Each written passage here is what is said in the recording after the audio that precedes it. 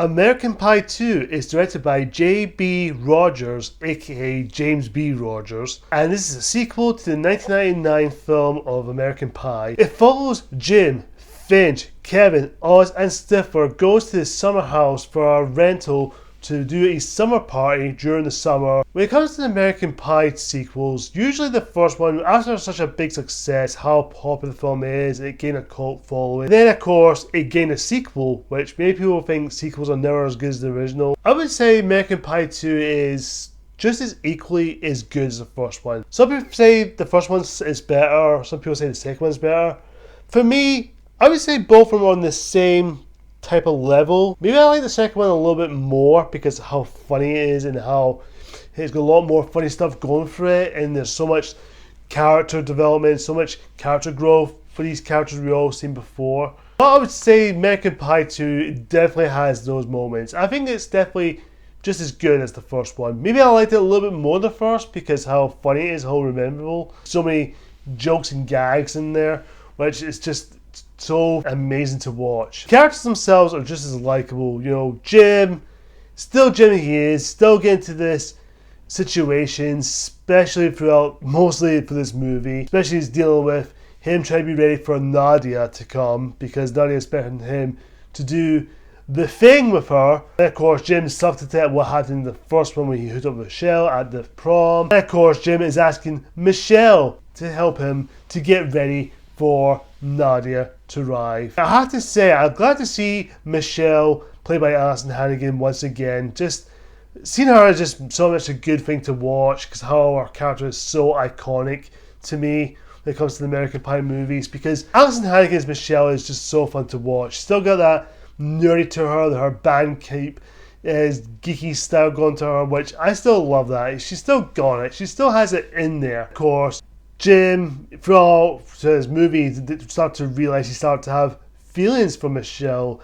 Even Michelle, just right towards the end of the climax of the film, where she started to have feelings for Jim, and they both started to have feelings for one another, which kind of like that character growth how Jim's going through. Especially he wants to go with Nadia, but then he realizes that he's in love with Michelle. I thought that was a nice moment. I think that was just generally a great character growth for Jim, which I think that's a big plus for me, seeing this character becoming into Nadia, going into Michelle. I think that was a nice moment. And of course, the embarrassing moments for Jim, especially with the whole situation with him, like Jim trying to get laid with this girl at the beginning of the movie in college, just before summer kicks in. His parents comes in, and of course this whole scene, and of course the girl's parents came in, and it was just so awkward, so weird. And then Jim's dad saying, look, what you're going through is completely normal. Especially when he's in band camp, when he's trying to be this Petey guy. I think that's his character's name, Petey. And of course, he's got on stage, got the instrument with him, and he's trying to play it, and he sucks at it. And of course,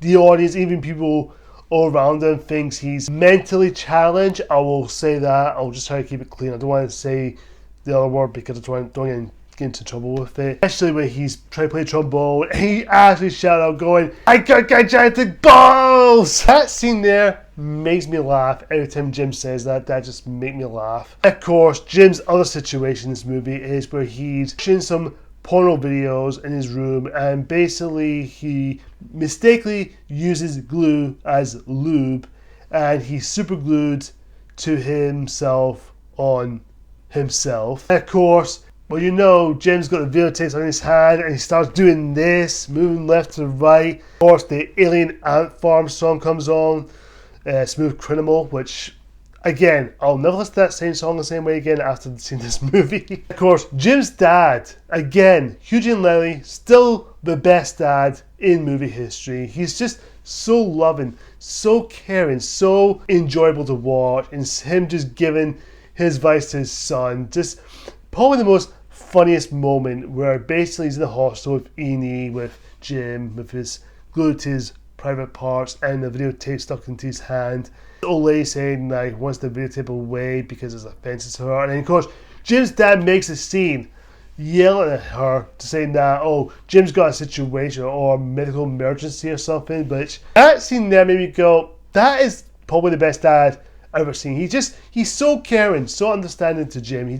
he knows what he's going through. Maybe he just says, "Oh look, I've been there. Don't get me wrong. I've been doing this. I've been doing the same thing as that." Just so loving and caring. Just shows how Jim's dad still loves his son. Of course, not only we have Jim's characters got his moments. Kevin, played by Thomas Ian Nicholas, and of course Vicki, played by Tara Reid, both had their own character moments. Kevin's got the most character development because we see Kevin is trying to reconnect with Vicki during the summer, but Vicki wants Kevin to be friends, but Kevin trying to make a lie up saying that, oh okay, we'll be friends, but deep down he still wants to be with her again as boyfriend, girlfriend, and try to reconnect those feelings again. And of course Kevin has to learn the hard way that things change, you can't make things go in a certain direction, which I thought that was a good, nice moment for Kevin. And of course, he's made a lie up that he says that he's hooked up with 3 girls, even though he didn't, because he only had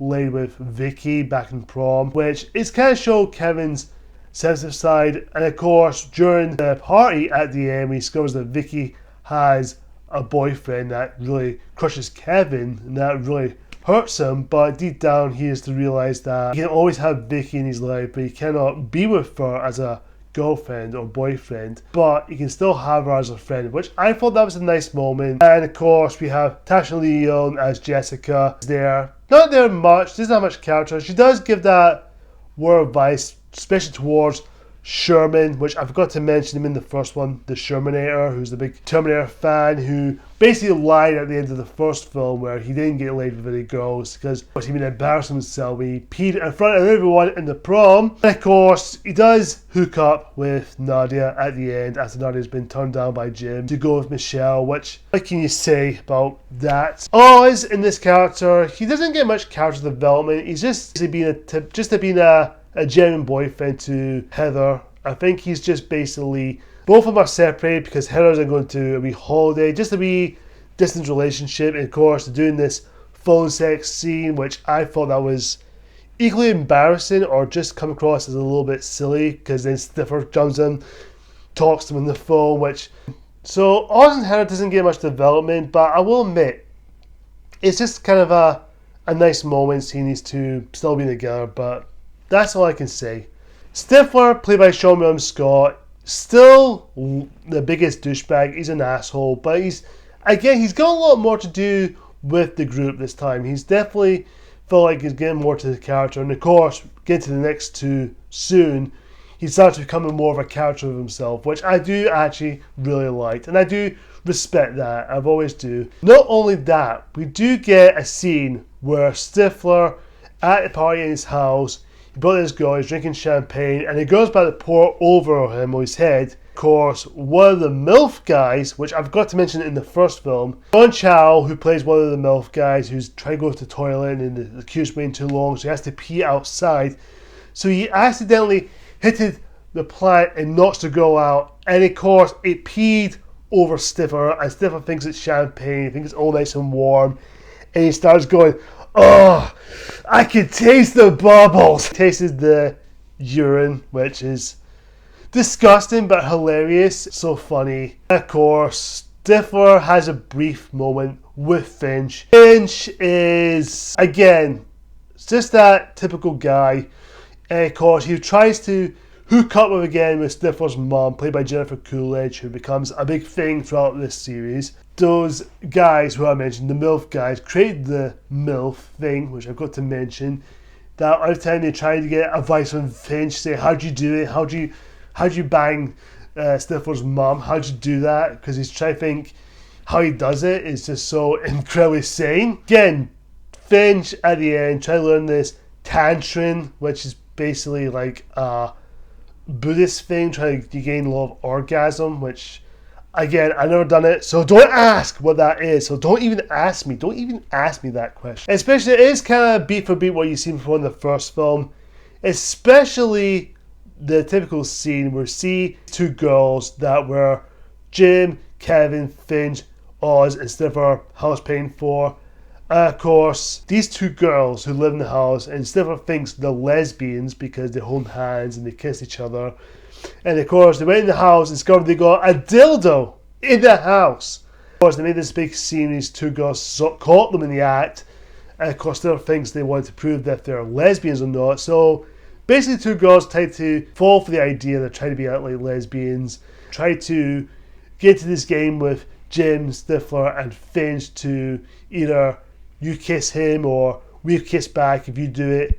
If you go, we go, or if you touch his ass, or I'll touch her ass, you go, we go type of. It's just so many questionable moments in the film. It's just, again, it's kind of similar to the first film, like we saw from Nadia, but the difference is it's not on the webcam, so it's kind of like you're actually seeing it in person. So it's not any that thing controversial or, you know, inappropriate or political correctness or something, but I don't know. That's the way I see it. I don't know what else to say about American Pie 2. There are so many funny moments. The humor may not be for everyone. This movie can be hit and miss. Some people will find it funny, some people don't. But I think it's for what it is trying to do. I think this film does be better than the first. I think I liked it more than the first one, to be honest. I know that's a big L for me. Usually people say the first one's the best, but I still think the sequel is just as equally as good and the first one, but maybe I think those two are equally as good as each other. Maybe I like the second one more, but again, it's debatable. I'll leave it to the internet to decide. American Pie 2 does offer some great funny jabs, jokes, so many crude humor, so many character moments, character growths, and so many stuff going for it. And I've always admired it, and I do appreciate American Pie 2. And dare I say it, American Pie 2 definitely deserves the same rating as the first one. I'm going to give American Pie 2 an A-. Guys, tell me what you think of American Pie 2. Do you love it? Do you like it? Or do you think it's alright? Or do you hate it? Whatever the case is, comment down below and tell me what you think. Stay tuned for my more reviews, guys. I'll see you guys next time.